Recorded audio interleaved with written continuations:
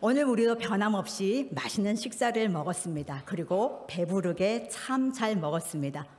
1년 전에 제가 우리 교회에 와서 감동을 받은 것 몇 가지 중에 그 하나가 정말 맛있는 식사였습니다. 더운 날에도 추운 날에도 그 최선을 다해서 만들어주신 그 음식을 먹는 것이 저에게는 감동이었습니다. 그리고 초반에는 이렇게 생각했습니다. 왜 식사를 한 달에 2번만 하지? 식사를 매주 하셔야 되는데 왜 한 달에 2번만 하지? 정말 궁금해서 여쭤봤어요.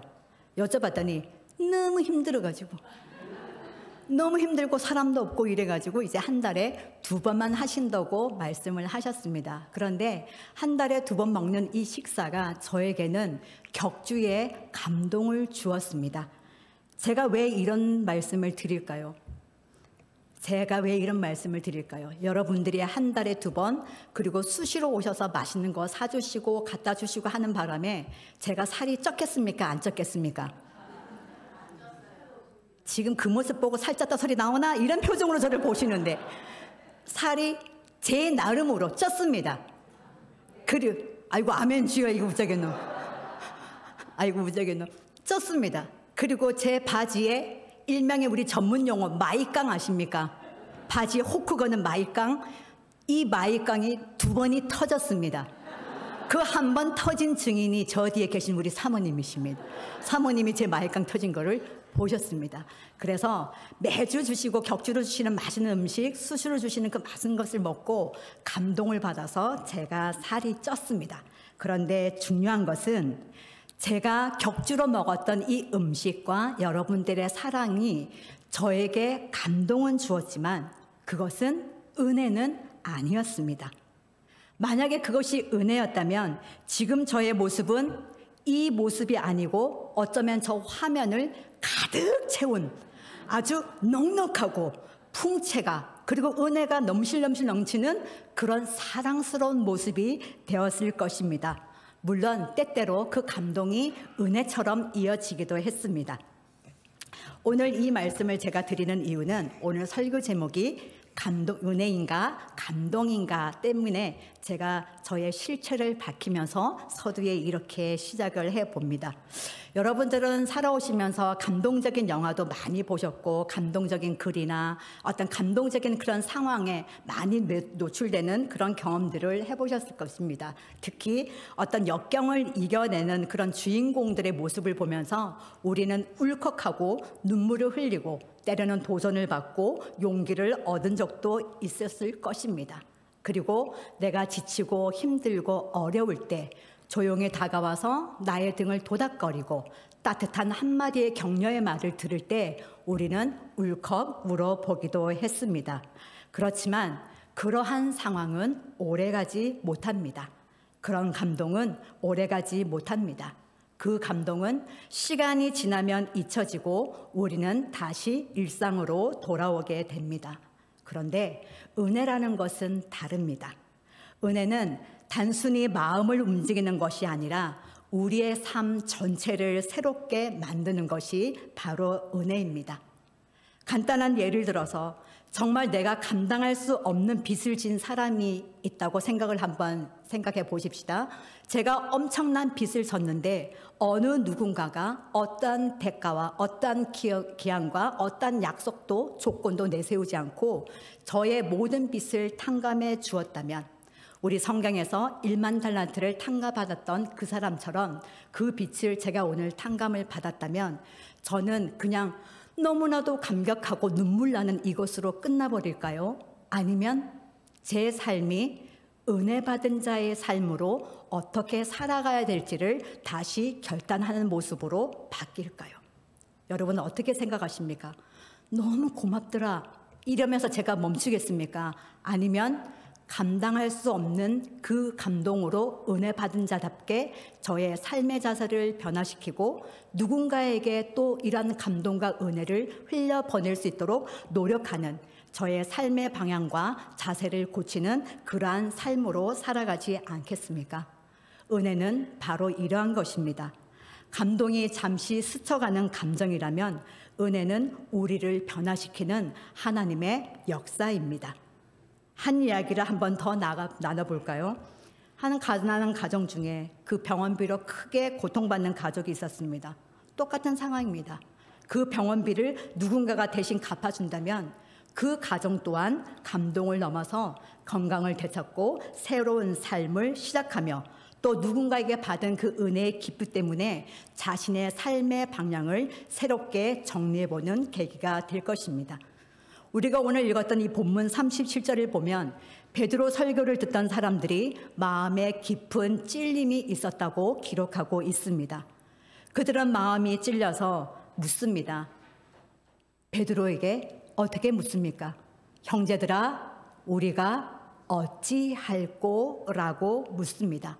그럼 이들이 마음에 찔렸다는 것은 왜 마음에 찔림이 온 것입니까? 우리가 사도행전 2장 말씀을 쭉 훑다 보면 이들은 예수님을 배척하고 자신의 구주로 오신 예수님을 십자가에 못 박았던 자신들의 허물과 죄악이 베드로의 설교에 의해서 드러났기 때문입니다. 그러니 자신들은 마음에 찔림이 있을 수밖에 없었고 그 설교를 전했던 사도들과 베드로에게 형제들아, 그러면 우리가 어찌하면 좋겠습니라고 물었습니다. 그리고 중요한 것은 이들이 물음으로 끝난 것이 아닙니다. 이들의 물음에 대해서 베드로는 이렇게 권면합니다. 회개하여 각각 예수 그리스도의 이름으로 세례를 받고 죄사함을 받으라. 그리하면 성령의 선물을 받으리라 라고 권면을 했습니다. 중요한 것은 이들이 그 권면을 받고 감동해서 마음에 찔림에서 멈춘 것이 아니라 베드로의 권면을 따라 은혜의 삶으로 살아나기 위해서 그들은 결단하고 그들의 삶을 실천으로 나아가기 시작했다는 것입니다. 우리는 회개라는 단어를 너무 잘 압니다. 세례도 압니다.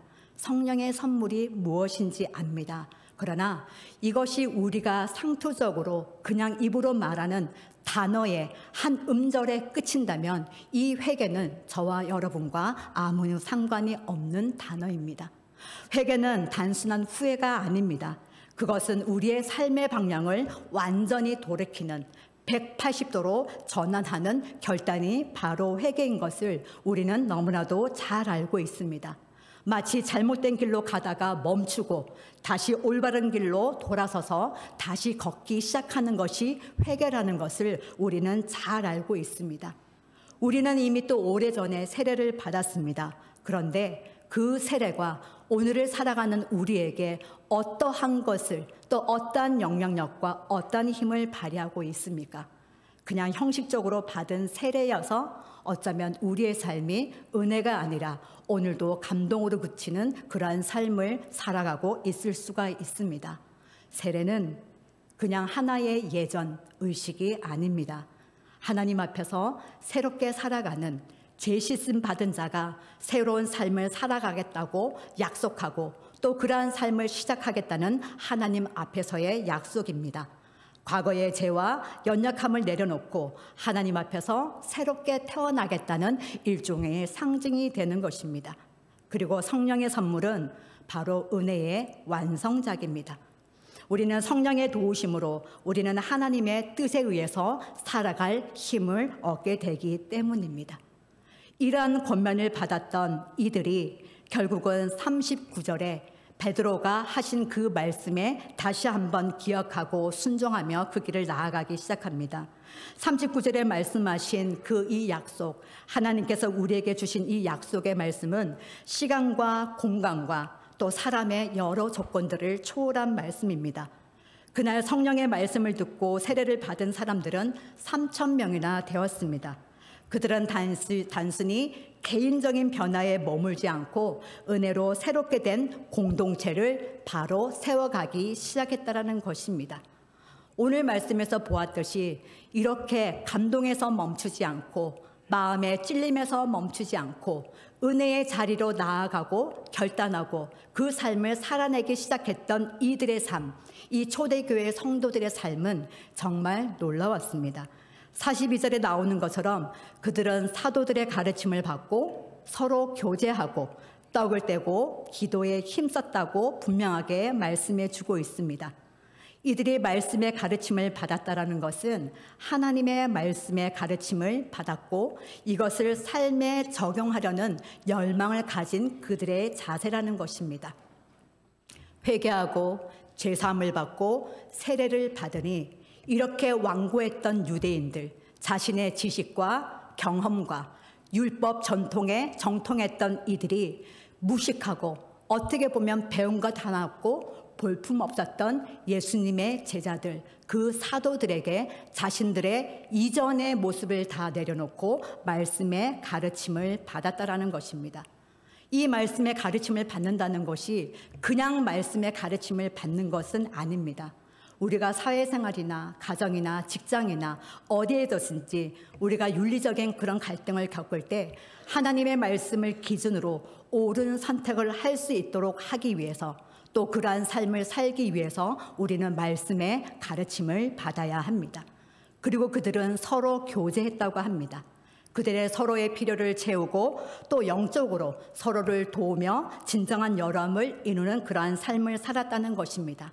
이것을 우리의 현대 우리 성도들에게 가져와서 작은 것 하나로 적용해 본다면 경제적으로 어려운 성도들을 돕거나 병든 자를 위해서 우리가 작게나마 그들을 위해 기도하는 것이기도 합니다. 그리고 그들은 떡을 떼며 성찬을 나누었다고 합니다. 예수님의 희생을 기억하며 은혜를 되새기는 시간입니다. 우리는 이제 앞으로 2달에 한 번씩 성찬식을 할 것입니다. 그 성찬식이 단지 하나의 전병을 먹고 작은 한 잔의 분잔을 마시는 것이 아니라 그 성찬이 돌아올 때마다 나를 위해서 죽음을 불사하고 그 십자가의 희생을 치르신 예수님의 찢겨진 몸과 또 예수님의 그 피를 기억하면서 그 사랑에 감상하면서 다시 한번 예수의 사랑으로 살아가겠다는 그 사랑을 실천하겠다는 약속을 드리는 것이 우리의 성찬입니다. 그리고 마지막으로 이 성도들은 오로지 기도하기에 힘썼다고 했습니다. 하나님과 끊임없이 교제하며 성령의 능력을 구유했다라는 것입니다. 우리가 살아가면서 우리에게 닥쳐오는 모든 상황에 중요한 결정을 앞두고 하나님께 뜻을 묻는 기도, 그 기도는 공동체를 위한 중보이기도 하지만 우리 각자의 신앙의 삶을 위한 놀라운 특권이기도 합니다. 여러분, 상생, 공생, 희생, 이 뜻 잘 알고 계시지요? 묻지 마라. 그냥 네가 빨리 말했으니 답을 하고 넘어가자. 이런 표정이시죠?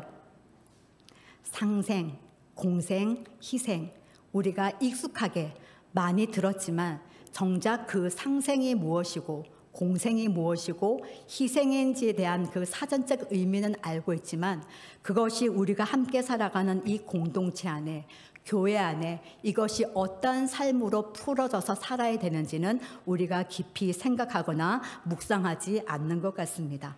이 상생이라는 것은 서로 돕고 함께 성장하면서 하나님의 나라를 세워가는 삶을 우리는 상생이라고 할 수 있습니다. 그리고 공생은 우리 교회 공동체 전체의 유익을 우선으로 여기며 살아가는 삶이 바로 공생이라고 할 수 있습니다. 희생은 우리가 소유한 것을, 우리가 소유한 시간을 기꺼이 내어주며 하나님의 사랑을 실천하도록 사는 것에 자신을 희생하는 것이 희생입니다. 오늘 본문에서 보는 초대교회 성도들이 살아낸 모습은 예수 그리스도의 사랑의 희생으로 인해 살아낸 삶입니다. 이 바로 초대교회의 공동체의 모습이 예수님의 피 흘린 그 희생으로 인해서 상생과 공생과 희생의 모습으로 세워진 것이 바로 초대교회의 모습입니다. 이렇게 초대교회의 성도들은 베드로의 설교를 듣고 마음의 찔림을 받은 후에 회개하고 죄사함을 받고 세례를 받은 후에 그들은 결단하여 은혜로 나아가는 삶을 살았습니다. 결국 성령의 선물을 받았기 때문에 그들은 예수 그리스도의 그 희생으로 세워진 그 하나님의 공동체 안에 상생과 공생과 희생의 삶을 살아가는 본이 되는 삶을 살아가는 초대교회 성도들이 된 것입니다. 우리는 말씀을 들으면서 뭐 그런 말씀 듣다 보니 한번 살아볼 만하네. 아니면 저도 그런 말씀을 들을 때마다 살고 싶은데 뭔가가 잘 안 돼요. 회개를 한 것 같고 똑바로 살고 싶은데 습관적인 반복되는 다람쥐 쳇바퀴 도는 듯한 우리의 감동에 머무는 신앙의 삶이 항상 우리의 가슴을 답답하게 하거나 우리를 억누를 때가 있습니다. 그리고 연말이 오고 새해 올 때마다 결단하고 회개하고 하나님 해주시옵소서 해주시옵소서 하고 우리의 힘과 의지와 결단과 노력을 애써 보지만 결국 작심삼일로 끝나버리는 것이 이제껏 지나왔던 저와 여러분의 모습일 수도 있습니다. 이렇게 우리가 하나님의 은혜대로 살아가는 삶 속에 여러 가지 조건들이 저와 여러분들의 믿음의 여정에 발목을 잡고 방해를 하기도 합니다. 그럼 이렇게 우리의 발목을 잡고 우리에게 장애를 주는 이 장애물들은 아주 수많은 것들이 있습니다. 그렇지만 그 중에 몇 가지만 살펴보도록 하겠습니다. 우리의 여정에서 우리의 발걸음을 잡고 우리를 힘들게 하는 것들을 대표적으로 몇 가지만 살펴보겠습니다. 먼저 완고한 마음입니다. 하나님의 말씀을 받아들이기 어려운 마음의 상태가 바로 완고한 마음입니다. 예를 들어 볼까요? 지나친 자기 의존이나 고집으로 인해서 하나님의 가르침에 귀를 닫는 것, 즉 자기의 의견만 고집하며 하나님의 뜻을 때때로 묵살하는 태도가 바로 완고한 마음입니다. 두 번째는 형식적인 신앙생활입니다. 이것은 정말 우리에게 생명력을 잃게 하는 습관적인 예배와 기도의 모습입니다. 예배는 참여하지만 마음으로 하나님을 찾지 않는 태도가 형식적인 신앙생활입니다. 이를테면 기도를 암송처럼 줄줄줄줄 반복하기도 합니다. 그러나 그 의미를 생각하지 않는 경우이기도 합니다. 시간이 되었으니, 요일이 되었으니 습관적으로 교회에 오는 것이 형식적인 신앙생활의 한 부분이 될 수 있습니다. 그리고 우리에게 있는 쉽게 벗어나지 못하는 세상적인 가치관입니다. 하나님의 말씀보다 세상의 기준을 따르는 삶이지요. 재물과 성공만을 추구하며 이웃을 등한시하는 것, 또한 하나님의 뜻보다 사람들의 인정과 칭찬에 더 가치를 두게 되는 우리들의 삶의 태도가 바로 세상적인 가치관이 될 수 있습니다. 하나님의 가치관을 따라가면 때로는 더디고 때로는 이루어질 것 같지 않은 그 불안함에 눈에 속전속결로 보이는, 그리고 훨씬 효율적으로 우리의 결정을 이끌어주는 그 세상의 가치관에 우리는 마음을 내어줄 때가 참 많이 있습니다. 그리고 또 죄책감과 과거의 상처들, 이런 것들이 하나님의 완전한 용서를 받아들이지 못하게 됩니다. 과거의 실수로 인해서 스스로를 정죄하며 은혜를 누리지 못하는 삶, 죄책감에 사로잡혀서 하나님께 나아가는 것을 두려워하는 이 모든 것들이 하나님께 나아가는 장애물이 됩니다. 그리고 가장 중요한 것 하나를 더 말씀드리고 싶습니다. 복음에 대한 우리들의 부정직한 이해, 피상적인 이해입니다. 하나님은 막연히 하나님은 사랑이시다. 이 개념만, 이 복음에 대한 하나님의 한 속성만 우리가 가지고 있다면 이것이 우리에게 장애물이 될 것입니다. 그러나 우리가 이러한 장애물을 극복하려면 우리에게는 성령의 도우심이 필요하고, 그 도우심을 받을 때 우리가 감동에 멈추지 말고 예수 그리스도를 통하여서 보여준 상생과 공생과 희생의 삶으로 살아가는 은혜의 결단까지 우리는 나아가야 합니다. 그렇게 될 때에 우리의 삶에는, 우리의 신앙의 여정에는 살아계신 하나님의 말씀이 우리에게 실제가 되어주고 나는 죽고 예수로 살아가는 그러한 신앙의 믿음을 갖는 우리가 될 것입니다. 말씀을 마무리합니다. 본문 초대교회 성도들은 마음에 찔림을 받고 형제들아 우리가 어찌할 거라고 물었습니다. 그리고 그들은 베드로의 권면에 따라서 찔림에서 멈추지 않고 은혜를 향한 결단으로 나아갔고 또한 성령의 능력으로 살아내었습니다. 오늘 우리에게 주시는 이 짧은 말씀을 듣고 여러분들은 말씀을 통해서 무엇을 결단하시겠습니까? 하나님의 은혜를 우리는 받아들여야 할 것입니다. 과거의 상처와 죄책감을 내려놓고 하나님의 용서를 온전히 믿으면서 성령님께 나아가는 우리가 되시길 소망합니다. 또한 은혜를 실천하십시다. 우리가 받은 은혜를 실천하며 살아가십시다. 누군가를 위해 기도하고 또 우리의 작은 것으로 어려운 이웃을 돕는 그런 작은 행동이 바로 은혜를 실천하며 살아가는 모습이 됩니다. 우리에게 주신 이 새해를 은혜로 채워가십시다. 그래서 이 시간을 은혜로 결단하고 하나님의 사랑과 은혜로 새롭게 변화되는 삶을 살아가는 우리가 되기를 소망합니다. 사랑하는 여러분, 2025년 이 새해를 맞아 우리는 다시 한번 은혜의 삶으로 나아갈 기회를 얻었습니다. 은혜는 우리가 새로운 시작을 할 수 있도록 힘을 주는 하나님의 선물입니다. 그러니 이 은혜를 단순히 받는 것에서 끝나지 말고 감동에서 멈추지 말고 은혜의 삶을 실천하는 자리까지 나아가십시다. 그래서 그것이 우리의 삶을 통해 흘러가며 또 다른 사람들에게도 전해져서 하나님께서 주신 이 새해가 감동에서 멈추지 말고 새로운 은혜로 하나님의 나라를 공생과 상생과 희생으로 세워가는 저와 여러분이 되길 주님의 이름으로 축복합니다.